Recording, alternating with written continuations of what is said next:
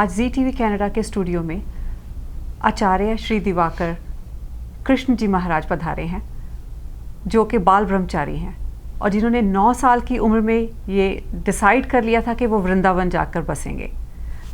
नमस्ते गुरु जी। नमस्ते। क्या हाल चाल है आपके? और आपका स्वागत है जी टीवी कनाडा के स्टूडियो में। तो पंडित जी, पहले तो आप ये बताएं जी, आचार्य जो लगता है सामने, मतलब आगे नाम के, तो उसमें क्या कोई पढ़ाई करते हैं इसलिए लगता है? एक आचार एक ये बहुत गहराई की चीज है। ये अलग बात है, कोई आज के समय उपाधि के तौर पर भी आचार लगाते हैं। हमारे संस्कृत लाइन में वो डिग्रियां होती हैं, तो वो आचार जो वो डिग्री हासिल कर लेते हैं तो उपाधि वो आचार लिख लेते हैं। लेकिन आचार जो एक पूरब पक्ष होता है, एक उत्तर पक्ष होता है। हाँ जी। हमारे शास्त्र हैं, शास्त्रों का एक पूरब पक्ष, एक उत्तर पक्ष। इसी प्रकार व्यवहार का भी एक पूरब पक्ष, एक उत्तर पक्ष। हर चीज का पूरब और उत्तर 2 पक्ष होते हैं। अच्छा। लेकिन जब अध्यात्म में जाएंगे तो आचार कोई मामूली चीज नहीं है। आचार एक जीवन विज्ञान है। आचार में 3 प्रकार अंतर लगते हैं। ठीक। आचार यानी कि जो सही आचरण करने वाला हो, उसके आचरण को लोग अनुकरण कर सकें समाज में, और उसके आचरण के द्वारा एक अच्छे समाज का निर्माण होता है। आचार के जीवन से ये सुगंधी होनी चाहिए, ये सुगंधी होती है। फिर आचार में 3 प्रकार अंतर लगते हैं। अच्छा जी। शीलवान, प्राज्ञवान, करुणावान। आचार के 3 प्रकार अंतर होते हैं, शीलवान, प्राज्ञवान और करुणावान। शीलवान साधु होता है, अच्छा। प्राज्ञवान ज्ञानी होता है, करुणावान माँ होती है। आचार, साधु, माँ, ज्ञानी, वो तीनों होता है। बहुत खूबसूरत। उस आचार के अंदर ये तीनों पाए जाते हैं। साधु जो सादा रहते हैं, जिनका अपने लिए कोई कुछ नहीं चाहिए, वो केवल देने आते हैं, औरों के लिए करते हैं, औरों के लिए ही करते हैं। ठीक। साधु की जो किसी को धोखा ना दे, किसी को धक्का ना दे, उसे साधु कहते हैं। सही। जो त्यागमय जीवन होता है। हाँ जी। फिर आचार के अंदर साधु और माँ जैसे पालन करती है बच्चे के लिए, मूर्छा में होकर के माँ बच्चे का पालन करती है। बच्चा कितना भी गंदा हो, माँ फिर भी गोद में लगा लेती है, अपने वस्त्रों को भूल जाती है, अपने सारे सुखों को प्रेम करती है। प्रेम करती है बच्चे का। माँ के अंदर यदि प्रेम ना हो तो बच्चे का पालन ही ना हो। हाँ जी, बिल्कुल। तो आचार के अंदर माँ भी होती है, और आचार ज्ञानी भी होता है। प्राज्ञ बोलते हैं ज्ञानी को। हाँ जी। जो अपने ज्ञान के द्वारा, ज्ञान यानी कि जो प्रमाणिक जो ज्ञान है, ज्ञान अंतिम ज्ञान इतना ही है दुनिया में, मेरा कुछ नहीं, मुझे कुछ नहीं चाहिए। इसके बाद में यदि जो भी व्याख्या की जाएगी उसकी सुगंधी हो। ज्ञान तो दुनिया में सिर्फ इतना ही है, मेरा कुछ नहीं, मुझे कुछ नहीं चाहिए। और जो अपने लिए कुछ नहीं चाहता है, वही दुनिया के लिए कुछ कर सकता है। इसलिए भोजन को भी भोगी व्यक्ति से डर लगता है कि ये आया, अब मुझे अभी खा जाएगा। हाँ। और संयमी व्यक्ति यदि भोजन को, अन्नपूर्णा को भोजन को करेगा तो अन्नपूर्णा महारानी भी उसको देख करके प्रसन्न होंगी। तो भोगी से सभी को डर लगता है। हाँ जी। तो आचार में 3 प्रकार अंतर है, शील, प्राज्ञ और करुणा। ये 3 ये आचार का मतलब। बहुत सुंदर बात बताई आपने ये। गुरुजी, आप 9 साल के थे जब आपने ये सोचा कि मैं वृंदावन जाना है, मुझे वहाँ जाके बसना है। तो ये इतने छोटे बच्चे में ये ख्याल कैसे आया? मैंने वृंदावन के बारे में सुना था कि वहाँ पर कन्हैया ने जन्म लिया। हाँ जी। छोटा सा था तो हमारे जन्माष्टमी पर्व होता है, तो रात भर जागरण किया जाता है। हाँ जी। तो भगवान के बारे में तो वही लगता था, वो नंद बाबा का घर है, वो यमुना के किनारे, वो नंद बाबा है, वो यशोदा है, भगवान गैया चराते हैं। बिल्कुल। भगवान का रूप, नाम रूप लीला धाम, वो भाव इतना बनता गया वृंदावन के प्रति। तो मेरे वृंदावन में, मेरे अंदर ये भी भाव था कि वृंदावन में कोई झूठ नहीं बोलता है। वृंदावन में लोग गलत कार्य नहीं करते हैं। हाँ जी। वृंदावन में सब सत्य बोलते हैं, हमारे अंदर ये भाव रहा। वहाँ वृंदावन में भगवान नंगे पांव घूमते हैं, घूमते भी हैं, भगवान गैया चराते हैं। वहाँ पर जीवन यदि पहुँच जाए तो मेरा बहुत अच्छा हो जाएगा।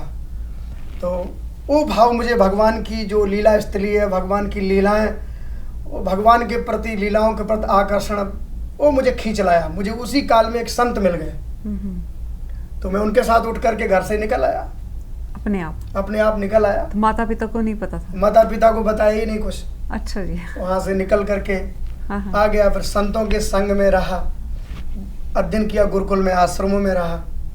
फिर इसी जीवन के अंतराल में आगे चलते चलते मुझे पूज्य महाराज गोकुल चंद महाशय जी मिले, संत, ब्रह्मचारी संत थे, 100 वर्ष की होकर के गए हैं वो। अच्छा। हाँ जी। तो उनके सानिध्य में रहे, उन्हीं के सानिध्य से मुझे पूज्य प्रज्ञा चक्षु स्वामी शरणानंद, हाँ जी, उनके विज्ञान से को प्राप्त करने का मुझे सौभाग्य प्राप्त हुआ। तो स्वामी शरणानंद जो, उनका अद्भुत ज्ञान है स्वामी जी का, तो गुरु के रूप में मुझे प्राप्त हुए। जब कहते हैं ना, समर्थ गुरु प्राप्त होने के बाद फिर कुछ प्राप्त करना बाकी नहीं रहता है, अपने आप प्राप्त हो जाता है। तो इस प्रकार लगा, फिर संतों के साथ में रह के शास्त्र का अध्ययन और संतों के साथ संस्कार, समर्थ गुरु मिले, तो वो रास्ता मिल गया। एक ठाकुर जी ने चमत्कार कर दिया, एक चमत्कार ही होता है जीवन में, और कुछ नहीं। गुरुजी, ये ध्यान और धर्म, इनमें कैसे सफलता प्राप्त की जा सकती है? धर्म जो है वो अपनी आत्मा का स्वरूप है, स्वभाव है। हाँ जी। और ध्यान ही धर्म है, धर्म ही ध्यान है। ध्यान जो है, आजकल लोग ध्यान करते हैं, ध्यान किया नहीं जाता है। एक बार हमारे पास कहीं से फोन आया पूना से कि आओ मेरी मधुशाला में, यहाँ ध्यान लगवाया जाता है। अच्छा जी। तो मैंने उनको बोला, ध्यान लगाया नहीं जाता, ध्यान किया नहीं, ध्यान हो जाता है।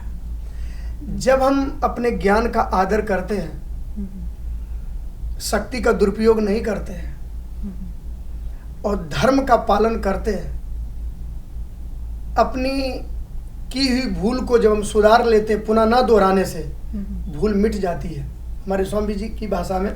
सही। तो इस प्रकार तो ध्यान होता नहीं है, अपने आप किया नहीं जाता, ध्यान अपने आप हो जाता है। ध्यान और धर्म दोनों ही एक दूसरे के पूरक हैं। शब्दों में अंतर हो सकता है, अपने अपने हिसाब से कोई व्याख्या अलग अलग कर सकते हैं, लेकिन एक साथ साथ चलते हैं। हाँ, ध्यान और धर्म होगा तभी ध्यान होगा, क्योंकि धर्म हमें व्यवहार भी सिखाता है। हाँ जी। आग मोपा प्रजा देसा काला कर्म चा जन्म चा। ध्यान हमें, धर्म मुझे बताता है।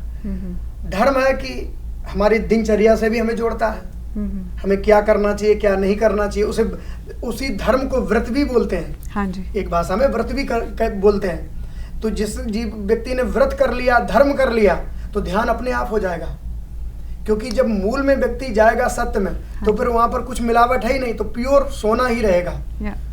हाँ जी। लेकिन जब हम व्यवहार में सोने को उतारेंगे तो उसमें मिलावट करनी पड़ती, प्योर सोने का कुछ नहीं बनता। लेकिन मिलावट भी इतनी ना हो जाए व्यवहार में, सत्य लुप्त हो जाए, धर्म लुप्त हो जाए, हम केवल व्यवहार को ही पकड़ के रह जाए। अब जब हम ध्यान की बात कर रहे हैं पंडित जी, तो जैसे ध्यान करते हुए 3 चीज़ों का होना सही में बहुत ज़रूरी है, जैसे कि मानसिक, शारीरिक और आध्यात्मिक, तीनों चीज़ों का। तो उनमें कैसे सुधार लाया जा सकता है? हम बोलेंगे क्रिया शक्ति, हाँ जी, विचार शक्ति, भाव शक्ति। ठीक। शारीरिक, शरीर जो है, जब हम मानसिक सही हमारा रास्ता होगा, जैसे शरीर जो है, शरीर में रोग क्यों होते हैं? परमात्मा ने जब हमें जन्म दिया, हाँ जी, तो ये मंदिर को बहुत अच्छा बना करके भेजा। हमने गलती की शरीर के साथ, हमें कब सोना चाहिए, कब जगना चाहिए, क्या खाना चाहिए, क्या नहीं खाना चाहिए, मतलब अपनी आदतों से आदतों से खराब हमने आदतों को बदल लिया। हम आजकल स्वेच्छाचारी जीवन मांगे तो शरीर हमारा रोगी हो गया, रुग्ण हो गया। हाँ। जब शरीर में रोग होगा तो पीड़ा होगी। जैसे आदि और व्याधि दो शब्द हैं, आदि और व्याधि, यानी कि शरीर के रोग को हम आदि व्याधि कहते हैं और मन के रोग को हम आदि कहते हैं। अच्छा जी, आदि। मन में रोग लगा हो तो भी अशांति है। हाँ, मानसिक रोगी को भी कभी शांति नहीं मिलती है। कहते हैं ना, आप क्या मानसिक रोगी हो गए हो क्या? हाँ जी, दिमाग को शांति नहीं मिलती। शांति नहीं है, क्योंकि वो रास्ता हमने गड़बड़ कर लिया अपना, हमारी कंपनी बिगड़ गई है। कंपनी मतलब हमारी जैसी संगत वैसी रंगत। हाँ जी, हाँ जी। तो संसर्गजा दोष गुणा भवंती, जैसा संग वैसा ही रंग। तो इस तरीके से वो बिगड़ गया तो हमारी मानसिक स्थिति बिगड़ गई। अब शारीरिक आ जाओ, शारीरिक स्थिति, शरीर में व्याधि हमने शरीर के कभी ध्यान नहीं दिया, स्वेच्छाचारी किया। जहां हम ज्ञान का आदर नहीं करते हैं वहीं हमारे साथ अशांति की घटना घट जाती है। तो शरीर में जब व्याधि होगी तो हम ध्यान करने बैठेंगे, ध्यान नहीं लगेगा। हम किसी से व्यवहार करने बैठेंगे, व्यवहार हमारा ठीक नहीं होगा, क्योंकि स्वस्वरूपे स्थिता, क्योंकि हम स्वस्थ नहीं है। जो जितना बीमार होता है वो उतना ही अशांत होता है। कोई बीमार व्यक्ति हो, रात में भी वो करवट लेते लेते समारे, भैया क्या करें, नींद नहीं आ रही। क्यों नींद आएगी? कोई दर्द है, पीड़ा है। इसी प्रकार मन में जब पीड़ा होती है तो भी व्यक्ति को शांति नहीं मिलती। तो इसके लिए ज्ञान का आदर सबसे बड़ी बात। शरीर में रोग, हमें कब कैसे पानी पीना चाहिए, कैसे हमें बैठना चाहिए, कितने समय सोना चाहिए, कितने बजे हमें जगना चाहिए, ये सारी चीजें, क्या खाना है क्या नहीं खाना है, ये पूरी दिनचर्या सही हो। स्वस्थ शरीर चाहिए। पहला सुख है निर्मल काया। अब इसी बात को जैसे हम बता रहे हैं ना, जैसे आप, और शारीरिक जो है, शारीरिक जब हमें ठीक स्वास्थ्य रहेगा तो हम ध्यान भी कर सके, मानसिक स्थिति ठीक है। मानसिक स्थिति के लिए जैसे धनुष है, धनुष को प्रत्यंचा चढ़ाई जब हम खींचते हैं सही डोरी तो अपने आप बाण तीव्रता से जाएगा। धनुष की जो डोरी है, प्रत्यंचा वो ढीली रहेगी तो बाण में बल और वेग नहीं बनेगा। तो शरीर स्वस्थ होगा तो हम ध्यान लगा सकेंगे, सारी चीजों में हमें बल मिलेगा। ठीक, जैसे हम बात कर रहे हैं कि हम अपने शरीर को खुद बिगाड़ते हैं, ठीक है, भगवान ने तो सही बनाकर भेजा है, अपना दिमाग, अपना शरीर हम खुद गलत जगह लेके जाते हैं। तो इस दुनिया में इतना दुख क्यों हो गया? क्यों लोग इतने दुखी हैं? उनको क्या ऐसा करना चाहिए कि अपने दुख को कैसे कम कर सके? जी, बहुत सुंदर प्रश्न। दुख का कारण अज्ञान है हमारा। दुनिया में दुख का कारण कोई दूसरा नहीं है। और दुख है क्या? हमारे मन के अनुकूल घटना घट जाए तो हम उसमें सुख का अनुभव करते हैं। हमारे प्रतिकूल कोई बात हो तो हमें दुख का अनुभव करते हैं। सीधी सी बात है। जब हमारे प्रतिकूल कोई बात होती है हमें नहीं, तो उसमें दुख का अनुभव करते हैं। लेकिन सुख और दुख जो है ये अज्ञान ही दुख का मूल है। दुनिया में सुख और दुख नाम की कोई स्वतंत्र सत्ता नहीं है। जिसको हमने मान लिया सुख है वही सुख है, जिसको हमने मान लिया दुख है वो दुख है। हमारी पसंदगी के अनुसार सुख दुख होते हैं। अभी हमें जो वस्तु हमें पसंद है दूसरे को पसंद नहीं है, ये भी है। हाँ जी। और एक व्यक्ति उस चीज को छोड़ना चाहता है, वो छोड़ने में भी अपना सुख मानता है। एक व्यक्ति उसको प्राप्त करने में अपना सुख मानता है। वो छोड़ करके सुखी होना चाहता है, वो पकड़ करके सुखी होना चाहता है। तो सुख और दुख, अनुकूलता और प्रतिकूलता का नाम सुख और दुख है। सुख और दुख नाम की कोई स्वतंत्र सत्ता है ही नहीं। यद्यपि सुख और दुख है क्या? सुख और दुख एक सामग्री है। मैं दुनिया में मैं देखता हूं कहीं कहीं होते दुख निवारण समागम। हाँ जी। नाम क्या लें? तो मैं कभी कभी बोर्ड लोगों के पढ़ते हैं, आइए यहाँ दुख निवारण समागम, तो मुझे हंसी आती है कि दुनिया में लिखने वाला भी बेवकूफ़ी कर रहा है। अच्छा। और जो दुख निवारण के लिए इतनी भीड़ इकट्ठी हो रही है भेड़ों जैसी, ये भी अज्ञान में जा रहे हैं। दोनों ही अज्ञान में भटक रहे हैं। दुनिया में ब्रह्मा की सृष्टि में कभी भी किसी का दुख दूर नहीं हुआ है। और दुनिया में कोई भी व्यक्ति दुख से नहीं बच पाया। और दुनिया में ब्रह्मा की सृष्टि में कोई भी व्यक्ति सुख से नहीं बच सकता। ब्रह्मा की सृष्टि में कोई भी व्यक्ति सर्वांश में दुखी नहीं है। और ब्रह्मा की सृष्टि में कोई भी सर्वांश में सुखी नहीं है। सुख और दुख एक सामग्री है। हमें सुख और दुख के ये दोनों दलदल से ऊपर उठना है। तो प्रश्न उठता है सुख दुख है क्यों? भगवान ने दुनिया बनाई है तो इसमें सुख और दुख भेजा क्यों? तो सुख आता है दुख आता है हमारे जीवन में सुख का राग मिटाने के लिए, और दुख आता है हमारे जीवन को उदार बनाने के लिए। तो जब ये सामग्री है, जब हमारे ऊपर दुख आए तो हमारे अंदर सुख का राग मिट जाना चाहिए। जैसे माता कुंती के जीवन में जब दुख आया तो दोबारा जब भगवान श्याम सुंदर ने कहा बुआ जी कुछ मांगिए, जब स्तुति की तो पहले तो बुआ जी ने प्रणाम किया, माता कुंती ने। भगवान बोले प्रणाम क्यों किया, आप तो बुआ हो, भतीजा बुआ को प्रणाम करता है, बुआ आज प्रणाम कर रही है, बुआ जी आप उल्टी गंगा काहे को बहा रही हो, सीधी गंगा बहाओ। तो माता कुंती बोली आप चुप रहो, आज मेरी बारी है, आज मुझे बोलने दो। जब जब आपकी भगवत्ता उदय हुई मेरे चित्त में, तब आपने मीठी भाषा में बोला बुआ जी, जैसे आपने बुआ जी कहा तो मैं भतीजा मान करके रह गई, सारी भगवत्ता उड़ गई, आज मेरी बारी, मुझे बोलने दो। बुआ जी आप क्या कहना चाहती हो? देखो बात ये है, आज मैं भतीजे को प्रणाम नहीं कर रही हूँ, तो किसको? नमस्ते पुरुषम त्वाद्य मीश्वरम प्रकृते परम अलक्ष्यम सर्वभूतानाम अंतर बहिर्वस्थितम। आज मैं भतीजे को प्रणाम नहीं कर रही, आज मैं पर ब्रह्म परमात्मा को मैं प्रणाम कर रही हूँ। कौन? बोले अंतर बहिर्वस्थितम, जो भीतर और बाहर, परोक्ष और अपरोक्ष दोनों तरफ उसी की सत्ता है, उसके अलावा कुछ है नहीं। वो परम पुरुष नारायण भगवान को मैं प्रणाम कर रही हूँ, आज मैं भतीजे को नहीं कर रही हूँ।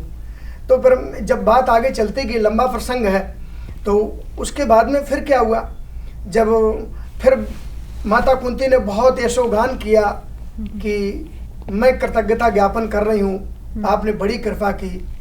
तो भगवान श्याम सुंदर या बोले आपने मुझे भगवान माना तो कुछ मांगिए, लेकिन भक्त भगवान से अपने लिए कुछ नहीं मांगता है। जब बारी आती है तो भक्त यही कहता है मुझे तू चाहिए, आपकी आवश्यकता है।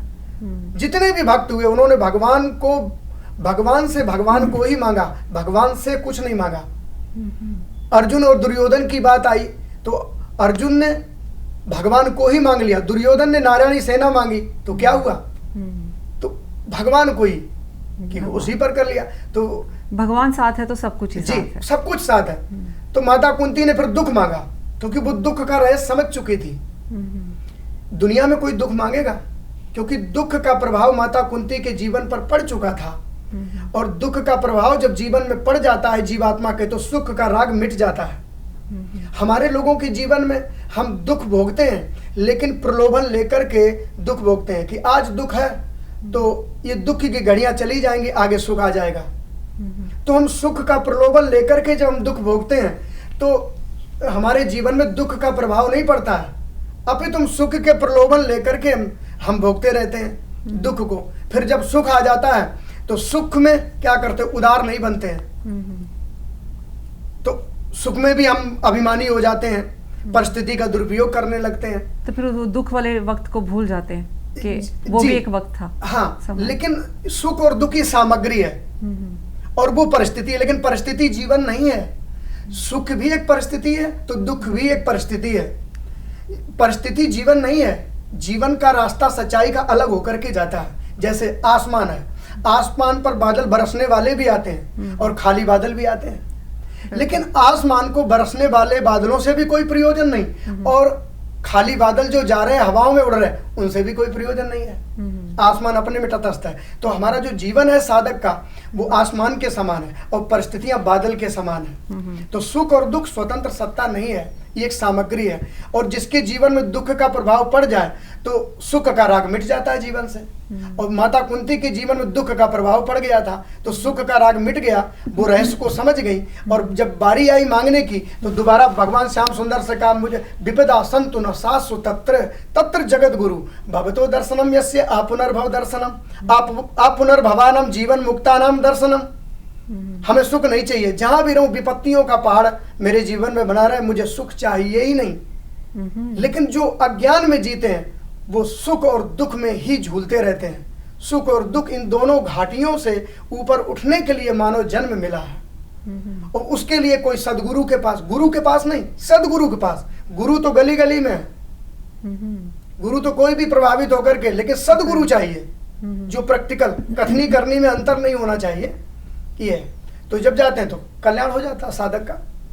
ठीक गुरु, जैसे अब हमने जैसे बात की सुख दुख की, परिस्थितियों की, मोक्ष का क्या अर्थ है? सही अर्थ क्या है? क्या आज के इस कलयुग में मोक्ष मिलता है? इसमें मोक्ष की बात आती है और कलयुग की। पहली हम लोगों की कभी कभी गलती ये होती है, कभी क्या ज़्यादातर हम गलती ये करते हैं कि हर बात में हम कलयुग को दुहाई देते हैं, कलयुग है। हाँ कई जी। लोग तो ऐसे करते हैं अपनी कमजोरी छुपाने के लिए, कहते हैं ओ जी महाराज जी कलयुग है, ये तो चलता है। फिर अपना बचाव करने के लिए वो कलयुग का नाम लेते थे, लेकिन मैं कहता हूँ कलयुग नहीं है।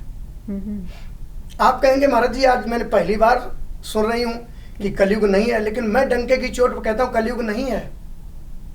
अच्छा जी। हाँ, अंकन के हिसाब से आप कह सकते हो कलयुग है, सतयुग त्रेता द्वापर कलयुग। सतयुग की आयु 17,28,000 वर्ष है और द्वापर की आयु है 12,96,000 वर्ष। द्वापर की आयु है 8,64,000 वर्ष और कलयुग की आयु है 4,32,000 वर्ष। हाँ जी। अलग अलग है, तो ये सारी अलग अलग है। इसके बाद में कलयुग अब बोला, जैसे कलयुग नहीं है, अंकन के हिसाब से तो कलयुग है। हाँ जी। लेकिन जब आप ज्ञान में जियोगे तो ज्ञान का आदर करोगे तो आपकी मर्जी है, आप कलयुग में रहना चाहते हो, आपकी मर्जी है कि आप सतयुग में रहना चाहते हो। एक दिन में चारों युग बदलते हैं। अच्छा। कलयुग की परिभाषा क्या है? कलयुग कहते हैं जो रजोगुण तमोगुण में निवास करता है उसे कहा जाएगा कि कलयुग में निवास करता है। सतोगुण प्रवृत्ति में जो रहते हैं वो हमेशा सतयुग में रहते हैं, वो कलयुग को जानते ही नहीं है।